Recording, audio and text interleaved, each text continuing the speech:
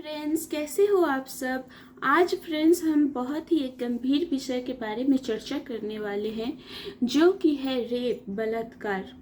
तो फ्रेंड्स, इसकी चर्चा करना बहुत ही ज़रूरी हो गई थी, क्योंकि यह एक ऐसा गंभीर विषय होता जा रहा है जिसमें कि स्ट्रिक्ट एक्शन की ज़रूरत है। तो फ्रेंड्स, हमारी कंट्री में इसके खिलाफ बहुत सारे लॉ और कानून हैं। इसके बावजूद इसकी दर प्रतिशत इतनी बढ़ती जा रही है कि हमारे कंट्री में हर एक घंटे में 2 रेप केसेस आते हैं।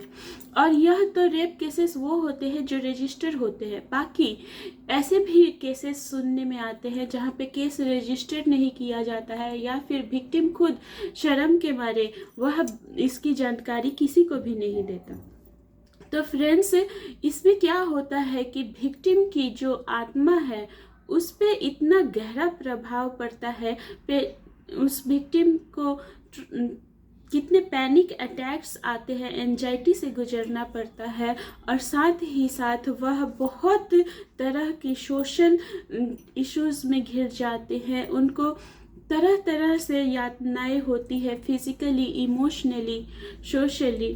तो फ्रेंड्स, इस पे हम बात करेंगे। और फ्रेंड्स, सबसे पहले लॉ बताने से पहले हम आपको हेल्पलाइन बताएंगे, जो वुमेन हेल्पलाइन है 1091। यह बहुत ही आसान नंबर है, आप इसको याद करके रखें, क्योंकि यह इतनी सशक्त ऑर्गेनाइजेशन है जहां पे वुमेन्स की तुरंत मदद की जाती है, तुरंत आपको हेल्प पहुंच जाएगी, आपको बिल्कुल डरने की ज़रूरत नहीं है। और फ्रेंड्स, साथ ही साथ इनसे जुड़े हम लोग और भी कानून की बात करेंगे, जैसे कि अगर रेप हो रहा है और आपको किसी भी ग्रीवियस हर्ट या ऐसे बॉडीली हार्म की अंदेशा है जिससे आपकी जान जा सकती है, तो आप सेल्फ डिफेंस करते हुए उस रेपिस्ट को जान से भी मारने का अधिकार है फ्रेंड्स आपको। और यह भी कानूनी रूप से है, और कैसे है वह सब हम आपको आज बताएंगे, समझाएंगे, आपकी पूरी से पूरी मदद की जाएगी। और यह सब जानने के लिए आप हमारे वीडियो को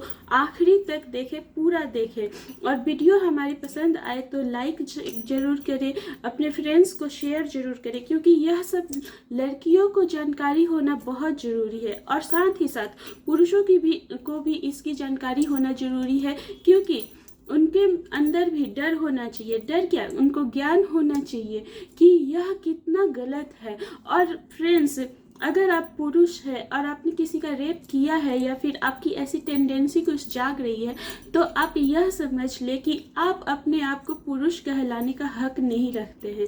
आप एक एनिमल है जिनको अपने इंद्रियों पे कोई काबू नहीं है। फ्रेंड्स, इस संदर्भ में आपको बहुत एक इम्पॉर्टेंट केस लॉ बताना चाहूँगी, जिसमें कि नागपुर के कस्तूरबा नगर में एक बस्ती थी जहाँ पे स्लैम पीपल रहते थे। वह झुग्गी बस्तियों में रहते थे और जैसे तैसे उनका गुजर बसर होता था, बहुत ही गरीब थे। वहाँ पे एक बदमाश था, गुंडा था, अक्कू यादव। तो वह क्या करता था कि वह अपना दबदबा बनाए रखने के लिए खुद भी और उसके कुछ भारे के गुंडे भी थे, उनको भी ऐसा आदेश देता था कि वह बस्ती के लोगों से मारपीट कर सकते हैं, और अगर वह नहीं उनकी बात मानते हैं तो उनकी घर में जो भी 12 साल से ऊपर की लड़कियां हैं उनका रेप कर सकते हैं। और इसके लिए उसने एक साइड में ही खंडहर रखा था, वहां पे लड़कियों को ले जाके यह लोग बलात्कार करते थे।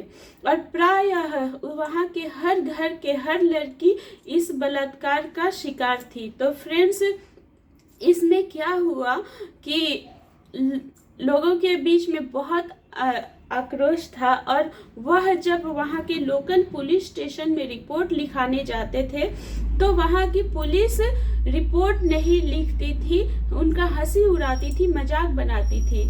और जब एक 22 साल की लड़की वहाँ पे रिपोर्ट लिखाने पहुँची तो उसको भी यह कहकर कि उसके संबंध थे अक्कू यादव से, उसको ब्लेम किया गया, अपमानित किया गया और उसकी रिपोर्ट नहीं लिखी गई। तो फ्रेंड्स इससे क्या था कि महिलाओं में बहुत आक्रोश था। बहुत सारे ऐसे भी रिपोर्ट्स थे जिसमें कि छोटी छोटी बच्चियों पे बहुत ज़्यादा फिजिकल टॉर्चर हुआ था और इसकी वजह से वो सब साइकिक ट्रॉमा में थे।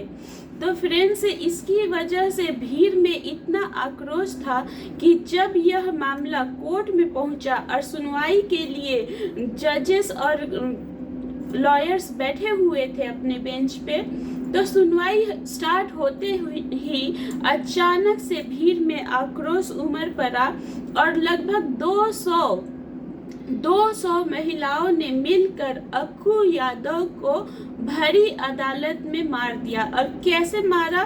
उनके फेस पे रेड चिली पाउडर उन्होंने लगाया और पत्थरों से आक्रमण किया और भीड़ में ही किसी ने चाकू से उनकी लिंग जो है काट दी और उनके शरीर पे लगभग 70 चाकू से हमला करने के निशान थे और उन्होंने 15 मिनट के अंदर कोर्ट रूम के संगमरमर के फर्श पे खून से तरबतर होकर अपने प्राण छोड़े।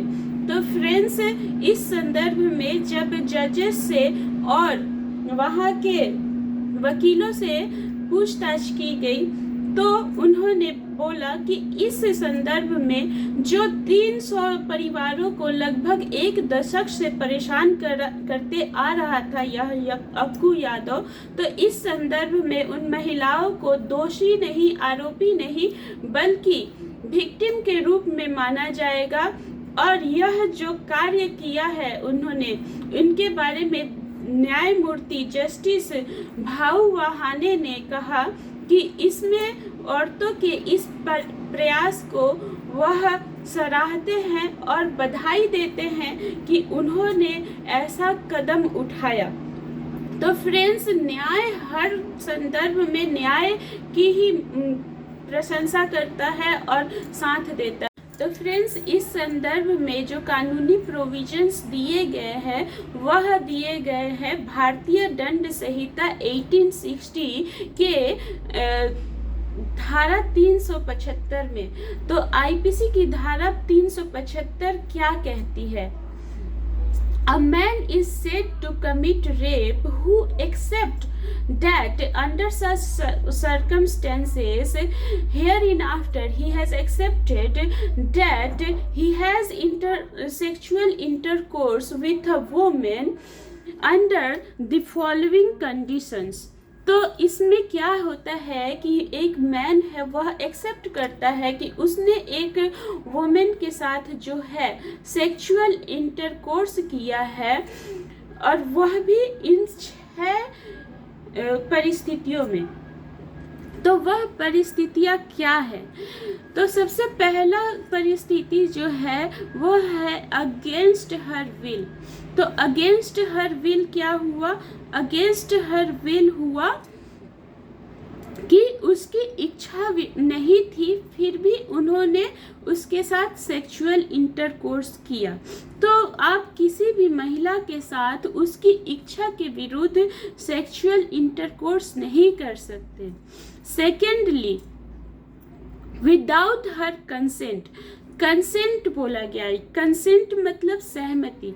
तो सहमति क्या है कि इसमें अगर महिला की सहमति ना हो सेक्सुअल इंटरकोर्स करने में तो और आप जबरदस्ती उनसे सेक्सुअल इंटरकोर्स करते हैं, भले ही वह महिला आपकी स्त्री है तो भी यह रेप का, बलात्कार का गुनाह माना जाएगा। तीसरा जो संदर्भ है इसमें बोला गया है taking consent by putting her into fear of death of herself or of a person in whom she is interested। तो क्या कहा गया इसमें कि अगर आपको कंसेंट मिलती भी है लेकिन वह कंसेंट फ्री कंसेंट नहीं है। फ्री कंसेंट मतलब बिना किसी दबाव के वो कंसेंट होना चाहिए, तब आप रेप के बलात्कारी नहीं साबित होंगे, लेकिन अगर आपने उनकी जो कंसेंट सहमति जो है उनको किसी डर में डाल के या फियर में डाल के हासिल की है, जैसे कि उनको ग्रीवियस हर्ट या डेथ की आपने धमकी दी है या फिर उसके किसी करीबी इंसान को चोट पहुंचाने की धमकी दी है, तब आप उनसे कंसेंट लिए हो तो भी आप बलात्कार के दोषी माने जाओगे। फोर्थली जो चौथा प्रावधान है फ्रेंड्स, वह यह कहता है कि with her consent, when the man knows that he is not her husband and the consent is given because she believes he is another man to whom she is lawfully married, मतलब that कि वह man जानता है कि वह उसका husband नहीं है, लेकिन वह औरत उसको कंसेंट इसलिए दी है क्योंकि उसको लगता है कि यह वही इंसान है जिससे उनकी शादी हुई है। तो फ्रेंड्स, यह कभी भी मतलब ऐसे भी केसेस आते हैं जिनमें ऐसी घटनाएं घटती है, जैसे कि किसी ने अपने दूल्हे का मुंह नहीं देखा है और उनके साथ ऐसी घटना हो सकती है, या फिर कोई ब्लाइंड लेडी है उनके साथ ऐसी घटना हो सकती है, या फिर जैसे जहाँ पे रोशनी का अभाव है या फिर कोई भी ऐसी सिचुएशन है जहाँ पे अगर वह लेडी अनसाउंड माइंड है, जिनको इतना समझ में नहीं आता है, उनको मतलब जो बोल दिया जाता है वही सच लगता है, तो इन सब कंसिक्वेंसेस में ऐसी घटनाएं होती हैं। और फिफ्थली बात की गई है कि with her consent, when at the consent was given that she is not in her conscious mind, that मतलब अगर वह अपनी जागरूक स्थिति में नहीं है, अनसाउंड माइंड है और इंटॉक्सिकेटेड है, जैसे कि नशे के हालत में है, जैसे कि किसी ने उनकी कुछ खिला दिया और उनको मदहोश कर दिया और वह जो अपराध की गंभीरता, उस नेचर की कंसिक्वेंसेस को नहीं समझ पा रही है, तो उस स्थिति में भी अगर उनका कंसेंट है भी, सहमति है भी, तो भी यह रेप माना जाएगा, क्योंकि उनकी जो कंसेंट है उनको मर्जी के खिलाफ लिया गया है। जैसे कि हम केसेस देखते हैं जिसमें पार्टी में उनके खाने या ड्रिंक में किसी ने कुछ मिला दिया और उसके बाद उनकी ऐसी मतलब स्थिति हुई, तो इसको नहीं माना जाएगा कि कंसेंट दिया गया है, इसको फोर्सफुली ही माना जाएगा। इसको तो यह भी केस में वह व्यक्ति बलात्कार का आरोपी माना जाएगा। और सिक्स्थली जो है वह यह है कि अगर महिला कंसेंट देती भी है और वह जो है 18 वर्ष से नीचे की है,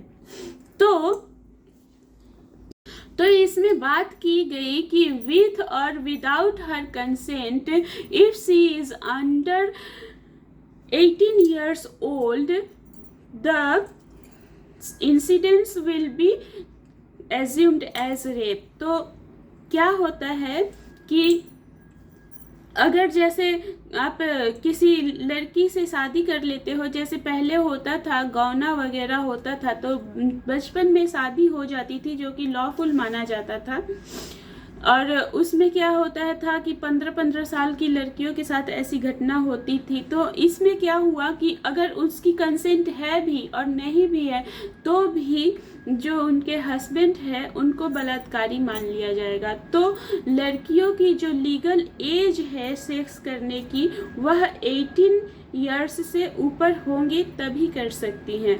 उससे पहले अगर आपने किसी नाबालिग लड़की से संबंध किया तो आप पे रेप का मुकदमा चल सकता है। फ्रेंड्स, यह तो बात हो गई अपराध की। अब बात करेंगे कि दंड क्या है, सजा क्या है इसके लिए। तो फ्रेंड्स, धारा 376 ऑफ आईपीसी यह अपराध के विरुद्ध पनिशमेंट देता है, जो कि है कि इसके लिए आपको 7 साल से 10 साल तक की सज़ा हो सकती है, और मैरिटल रेप के केसेस में यह सज़ा 2 साल तक की भी हो सकती है। लेकिन फ्रेंड्स, अपराध की गंभीरता को देखते हुए यह सज़ा बढ़ाई जाती है। और फ्रेंड्स, अगर रेप करते में उस विक्टिम की जान चली जाती है तो धारा 302 के तहत डेथ पनिशमेंट और इम्प्रिजनमेंट फॉर लाइफ भी हो सकता है और फाइन भी हो सकता है। तो फ्रेंड्स, अपराध की गंभीरता को देखते हुए इन सब मामलों पे कार्रवाई होती है। और फ्रेंड्स, बाकी और भी चर्चा के विषय है, जिसमें इधर अलग अलग ऑफिशियल्स से रेप होने पे, गैंग रेप होने पे अलग अलग प्रावधान है। लेकिन वीडियो लंबी होती जा रही है, इसलिए आज हमें इसको यहीं पे विराम देना पड़ेगा। और फिर से याद दिला दे कि अगर आपको अंदेशा हो कि रेपिस्ट जो है वह आप पे ऐसा आक्रमण करने वाला है, ऐसा ग्रीवियस हर्ट करने वाला है जिसमें आपकी जान भी जा सकती है, तो under right to self defence of body के सेक्शन में धारा 99 ऑफ भारतीय दंड संहिता के अंदर आप राइट टू सेल्फ डिफेंस में आप भी उस पे सेम हमला कर सकती है और उनको जान से मार देने का हक है आपको पूरा। तो फ्रेंड्स, आपको अगर वीडियो यह अच्छी लगी हो तो लाइक ज़रूर कर दे, शेयर कर दे, कमेंट करें, और कोई भी क्वेरी आप हमसे कमेंट सेक्शन में पूछ सकते हैं। तो फ्रेंड्स, आज के लिए इतना ही। मिलते हैं आपसे नेक्स्ट वीडियो में। तब तक के लिए हमारे नेक्स्ट वीडियो का इंतज़ार करें।